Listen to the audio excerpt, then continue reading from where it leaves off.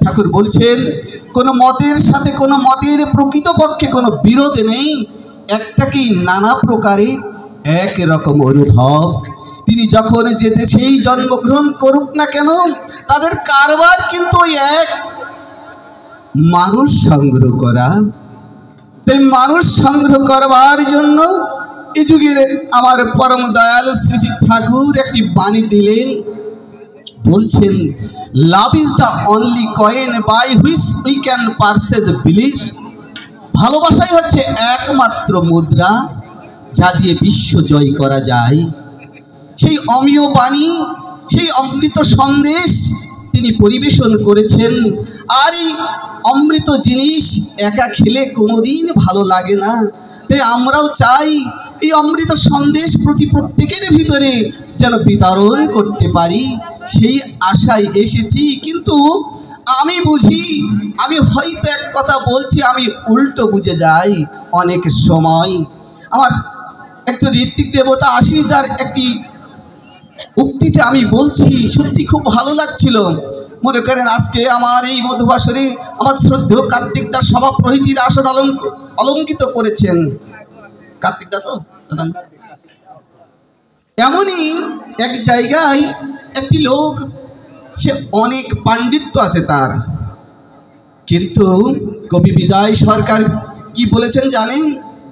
জ্ঞানশ্রী তোর ধার বেড়েছে শাস্ত্রর ঘর্ষণী, ও তুই নিজের অস্ত্রে নিজেই যেন মরিস না অসাবধানী। জ্ঞান যদি হয় বাক্যের বাহন, কর্মেতে নাকাল, কথাই ধন্য কাজে শূন্য, তারে বলে বাচাল। তাই এমন একজন পণ্ডিত, তিনি সবাই তাকে ভালোবাসে। সব আসরে আসলেই তাকে এই সভাপতির আসন দেওয়া হয়। এমনই আজকের এমন একটি অধিবেশনে তিনি যাবেন। যাওয়ার সময় তিনি মনে করছেন বাইরের থেকে সমস্ত কাজকর্ম সেরে আমি অনুষ্ঠানে যাব। যাবার প্রাককালেই তার একটু প্রকৃতির ডাক এসেছে, তিনি পায়খানায় গেছেন। যখনই পায়খানায় গেছেন, পায়খানার দরজার সামনে একটি কুল গাছ ছিল। এই পায়খানার দরজাটা একটি ভাঙা, এই ভাঙা ওই কুল গাছে খুব সুন্দর সুন্দর কুল পেকেছে। একটি কুল হঠাৎ করে পড়ে ওই দরজার ভিতর দিয়ে ছোটকে কেমনভাবে যেন ওই ভিতরে প্রবেশ করেছে। কিন্তু মাধব বাবু তিনি মনে মনে ভাবছেন, এত সুন্দর একটি কুল আমার কাছে আসছে, ওই ছোটবেলার কথা মনে পড়ে গিয়েছে। তাই তিনি কুলটা কি করেছেন, কুলটা নিয়ে তিনি কাপড়ে মুছে তিনি সেটা ভক্ষণ করেছেন। যাই হোক, কুলটা ভক্ষণ করেই তিনি সব কিছু সেরে অনুষ্ঠানে গেছেন। অনুষ্ঠানে বসে আছেন আমার শ্রদ্ধেয় কার্তিকদার মতো, কিন্তু কীর্তনিয়া কীর্তন করছেন। কীর্তন করতে প্রথমে উঠেই তিনি কি বলেছেন জানেন? ওহে মাধব, আজ বলবো তোমার কুলের কথা, বলবো তোমার কুলের কথা। মাধব মনে মনে ভাবছে, আমি পায়খানায় বসে কুল খালাম, আর এ বেটা আমার এই কুল খাওয়ার কথা জানলো কিভাবে? এই লোক সবার ভিতরে যদি এই কথা বলে দেয়, তাহলে আমার মান সম্মান তো কিছু থাকবে না। তখন তিনি হাতের থেকে একটি রূপোর আংটি ছিল, আংটিটা খুলে তাকে দিয়ে বলছে, তুমি এই কথা কিন্তু আর বলো না। কিন্তু কীর্তনিয়া ভাবছে, এক কলি নাই বলতে বলতে আমার রূপোর আংটি এসে গেল, আর এরপর যদি কীর্তন শুরু করি তাহলে আমার কত কিছু না জানি পাবো। আমারও সেই কথা, ওরে মাধব আজ বলবো তোমার ওই কুলের কথা। আবার ভাবছে, কি আমি নিষেধ করলাম তাও শুনছে না। এবার মনে মনে ভাবছে, ও আংটিটা হয়তো বুঝতে পারেনি। পকেট থেকে 100 টাকার একটি নোট দিয়ে বলছে, তুমি কিন্তু এই কথা আর বলবে না। মাধব কীর্তনিয়া ভাবছে, আগে আংটি পেলাম, এবার টাকা পেলাম, এরপরে না জানি কত কিছু পাবো, কিন্তু ওই কথা আবার বলছে। যখনই বলছে তখন কিন্তু উঠে বলছে, আমি তোমাকে নিষেধ করছি তোমার এই কথা বলবা না। তোমাকে এত কিছু দিচ্ছি তাও তুমি সেই কথা বলছো। আমি না হয় পায়খানায় বসে একটি কুল খেয়েছি, এত লোকের ভিতরে বলে আমার অসম্মান করতে চাও? বলছে, মাধব আমি এই মাধবের কথা বলছি না রে ভাই, ভগবানের আর এক নাম মাধব। আমি সেই মাধবের কথা বলবো। আজকে শুধু ঠাকুর অনুকূল চন্দ্রের কথা নয়, আমরা অনেক সব মহাপুরুষের কথাই বলবো এখানে। তাই অনেকের ভিতরে অনেক কিছু ইগো কাজ করে। ওখানে সৎসঙ্গের অনুষ্ঠান হচ্ছে, আমি কি যাব? সৎসঙ্গ আমার শ্রদ্ধ আমার মনে আছে, আমার অরুণদা বলছিল এই সৎ কথাটি এসেছে অল ধাতু থেকে, যার অস্তিত্ব আছে। অনেকে ভাবে যে আমি ওসব ভগবান মানি নি। ঠাকুর বলছেন তুই ভগবান মানিস, ঈশ্বরকে মানিস নি, কিন্তু তোর অস্তিত্ব তোকে মানিস। আর ওই অস্তিত্বেরই পালন পোষণ ধর্ম বলে তাকে। তো ধর্মকে তুই নাই বা মানিস, অস্তিত্বকে মানিস, তো অস্তিত্বেরই পালন পোষণ ধর্ম বলে তাকেই। তো আমাদের ধর্মটা আসলে কি? ভগবান ঠাকুর অনুকূলচন্দ্র স্বয়ং যদি এখানে এসে বসে থাকতেন, আমার লাভটা কি তাতে?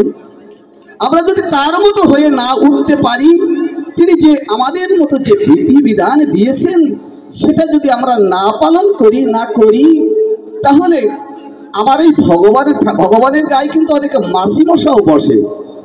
তাহলে কি তারা কি উদ্ধার হয়ে যাবে?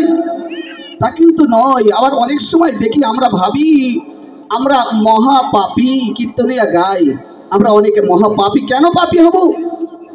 আমরা 84 লক্ষ জনি ভ্রমণ করে এই মানব জন্ম পেয়েছি। এই মানব জন্ম দুর্লভ জন্ম।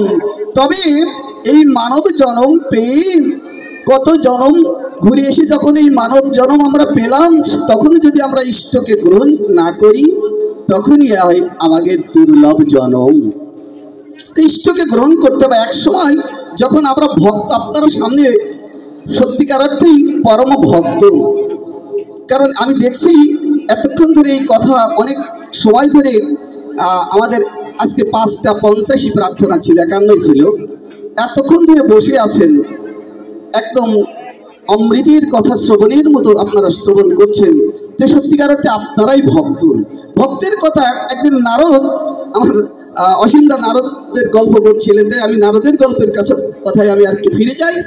নারদ ভগবানকে নারায়ণের কাছে যে অনেক এই ভক্তের কথা বলছে, কিন্তু নারায়ণ একদিন হঠাৎ করে বলছে, আচ্ছা চলো তো তোমার কেমন ভক্ত, এই মর্তধামে যে দেখে আসি।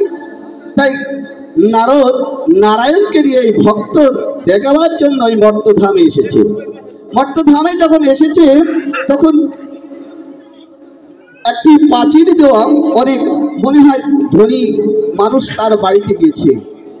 যাচ্ছে দাদাকে জিজ্ঞাসা করছে, আপনি কি বাড়িতে আছেন? দেখেন, মানুষ আসলে আগে তাকে জিজ্ঞাসা করতে হয় কোথা থেকে এসেছেন, কি নাম আপনার, কাকে চান। কিন্তু তারা বাড়ির থেকে বলছে দাদা বাড়িতে নেই, 3 দিন পরে আসবে, আপনি 3 দিন পরে আসেন। নারায়ণ বলছে কি ব্যাপার, এরা তো তোমাকে চেনেই না, তুমি তাকে ভক্ত বলছো। তো বলছে এই তো সেদিন আমি আসলাম, আমাকে কত খাতির করলো, কত যত্ন করলো। বলছে আজকে তো তোমাকে চিনতেই পারছে না। তা চলো আমার একটি ভক্তের বাড়িতে যাই। একটি গরিব কুঠির ঘরে যখন গেছে, ওই কুঠির ঘরে যে জিজ্ঞাসা করছে বাড়িতে কি কেউ আছে? বলছে কে আপনারা? নারায়ণ বলছে আমি তোমার স্বামীর গুরু। গুরু আসেন। গললগ্নিকৃত ভাবে তাকে আদর আপ্যায়ন করে বসতে দিয়েছেন। দুপুর হয়ে গেছে, সেবা দিতে হবে, কি করবেন? হঠাৎ উনুনে যখন হাঁড়ি দিয়েছে, হাঁড়ি দিয়ে তারপরে দেখে যে কোনো চাল নেই, কোথায় যাব? ভক্তকে পরীক্ষা করছে নারায়ণ। তিনি আবার এদিকেরই অতিথি সেবা যদি আমি না দিই, স্বামী এসে আমাকে তিরস্কার করবে। তাই পাড়ার ভিতরে সবার বাড়িতে গেছে ভিক্ষা করতে। ভগবান নারায়ণ প্রত্যেকটা হৃদয় কিন্তু একদম কঠিন করে দিয়েছেন। কেউ তাকে কোনো ভিক্ষা দেয়নি। কি করবেন ভক্ত? দেখেন, ভক্ত যখন ভগবানের সন্তুষ্টির জন্য কাজ করে, তখন কিন্তু কোনো কিছু তার মান সম্মান কোনো কিছু খেয়াল করে না, কোনো দিকে তার খেয়াল থাকে না। হঠাৎ ফিরে আসছে এমন সময় দেখে তে মাথা পথের ধারে একটি দোকান। দোকানদারকে বলছি, হে দোকানদার, আপনি আমাকে কিছু ভিক্ষান্ন দিতে পারেন? আমাকে কিছু চাল ডাল দিতে পারেন? আমি এখনো টাকা দিতে পারছি না, আমি পরে দিয়ে দেব। দোকানদার বলছে, না, কোনো কিছু দেওয়া যাবে না, তবে আমি দিতে পারি একটি শর্তে। কি শর্তে? বলছে, তোমার ওই একটি স্তন যদি তুমি দিতে পারো তাহলে আমি তোমাকে দিতে পারি। সে আর কোনো কিছু দিশে না পেয়ে তিনি মনে করেছেন তার এই দেহের কথা না ভেবে তিনি স্তন বন্ধকে রেখে তিনি নিয়ে গেলেন। আপনারা এই গল্প সবাই জানেন, মা ধরা সতীর কথা আমি বলছি। তিনি যখন রন্ধন করে নারায়ণকে দিয়েছে তখন বলছে, মাগো, তোমার এই অন্ন আমাদের আর খাওয়া হলো না কেন বাবা? বলছে, তুমি যে অশৌচ। বলছে, না বাবা, আমি তো অশৌচ নই। বলছে, কেন? এই যে দিতে গিয়ে যে রক্ত পড়েছে বাবা জানেন, আমি আমার একটি স্তন বন্ধকে রেখে আমি এই অন্ন এনেছি। নারায়ণ বলছে, তুমি স্তন বন্ধকে রেখে এই চাল ডাল এনেছ? তুমি কি দোকানদারকে চেনো? কি কঠিন হৃদয় তার। তো বলছে, না বাবা, আমি দোকানদারের মুখের দিকে তাকাইনি, আমি তার পায়ের দিকে তাকিয়েছিলাম। তুমি পায়ে পা দেখলে চিনতে পারবে? তো বলছে, অবশ্যই পারবো, আমি তার পা দেখলে চিনতে পারবো। নারায়ণ পা যখন উঁচু করেছে তখন দেখছি এই তো সেই পা, আমি চিনতে পেরেছি। বলছে, তুমি যদি তখন আমার মুখের দিকে তাকাতে তুমি আমাকে চিনতে পারতে, তুমি চিনতে পারোনি, তবে তোমার পরীক্ষায় তুমি উত্তীর্ণ হয়েছ। এই হচ্ছে ভক্ত। আমরা এই যুগের কান্ডারি শ্রী ঠাকুর অনুকূল চন্দ্র তিনি দেখেন চুরি করেছেন, চুরি করতে গেছেন। মানুষের আমরা যে বিভিন্ন বৃত্তি চালিত মানুষ, তিনি চোরের সাথে সঙ্গ করছেন, তিনি চুরি করতে গেছেন। এই চোরের ভিতরে আপনার অনেকেই হুইলি মাছ ধরা দেখেছেন।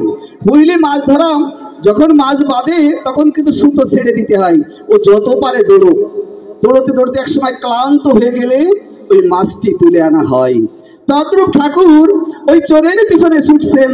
চোর দেখা যাক কি করে, আর তার ভিতর দিয়ে আস্তে আস্তে ওই নীতি বাক্য তার ভিতরে প্রবেশ করাচ্ছে। মা বলছে, মনোমোহিনী বলছে, ওরে অনুকূল, আজকে সবাই বলছে তুই নাকি ওই চোরেদের সাথে সঙ্গ করিস। একটু আগেই যে কিশোরী মোহনের কথা বলা হচ্ছিল, যে অনন্তনাথের কথা বলা হয়েছিল, এরা কিন্তু খুব ভালো লোক ছিল না। এক সময় ঠাকুরের সংস্পর্শে এসে তারা কিন্তু ঋষিতুল্য হয়ে গিয়েছেন, মহারাজ হয়েছেন। তাই বলছে, মাকে বলছে, অনুকূল চন্দ্র বলছে, মাগো, আজকে তোমার অনুকূলকে তুমি চেনো না। আজকে তামার পাল্লা যদি ভারী হয় ওরা আমার পাল্লায় আসবে, আর যদি তাদের পাল্লা হয় ভারী হয় আমি তার পাল্লায় যাব। তুমি চিন্তা করো না। ওই চোরগুলো আস্তে আস্তে দেখা গেল তাদের বলছে, তোরা যে ঘর ছেড়ে তোরা যে চুরি করতে আসছিস, তোদের ঘরে তোদের স্ত্রী আছে না? ওই স্ত্রীর কাছে যদি আরেকজন কোনো পরপুরুষ আসে তখন কি করবি? এমনই ভাবে বিভিন্ন কথা বলতে বলতে সবার জ্ঞান ফিরে গেল।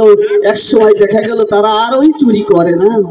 তাহলে আমাদের জীবনের যে লজিমা, আমাদের জীবনের যে বৃত্তি চালিত আমাদের যে মন, একে পরিবর্তন করাই তার একমাত্র কাজ। তাই তিনি বৈশিষ্ট্য পালি আমার বৈশিষ্ট্যকে বাতলে দিয়ে শুভের পথে পরিচালিত করেন।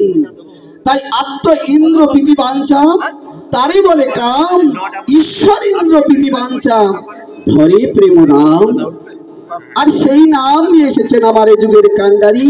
ওই 16 নাম 32 অক্ষরে, তারা 28 অক্ষরে দাও গো ছেড়ে 4 অক্ষরে অজপা নাম। ওই সাধু জপে জীবে জানে না, জীবে জানবে যেদিন জীব তরাবে সেদিন। সেই 4 অক্ষরের অজপা নাম আমার পরম দয়ালে নিয়ে এসেছেন। এই নাম গ্রহণ করলে আর কোনো কিছু বাদ থাকে না, কাউকেও বাদ পড়ে না। এই সৎসঙ্গ জগতে একবার আসলে সে কিন্তু আর বাদ পড়ে না। এই জন্মে হয়তো আমি কিছু করলাম না, দাদা বলছিল একটু আগেই যে অনেকে দীক্ষা নিয়ে এসে আবার হয়তো অন্য মতে চলে যায়, তাতে যাক অসুবিধে নেই। ওই যে বীজ তার ভিতরে প্রবেশ করেছেন, দেখবেন গরু ছাগলে গরুতে যদি ওই যে ছোলা মুসুরি খায়, কৃষি প্রধান অঞ্চলে দেখবেন তারা ছোলা মুসুরি খাওয়ার পরে হজম হয়ে গেল, গোবর হলো, এই গোবর সার গাদায় ফেলা হলো, আবার দেখো ওর ভিতর থেকে ওই চারাগুলো আবার গজাচ্ছে। তাহলে ওই যে বীজ আমার ভিতরে প্রবেশ করেছে, ওই বীজের চারা একদিন না একদিন গজাবেই।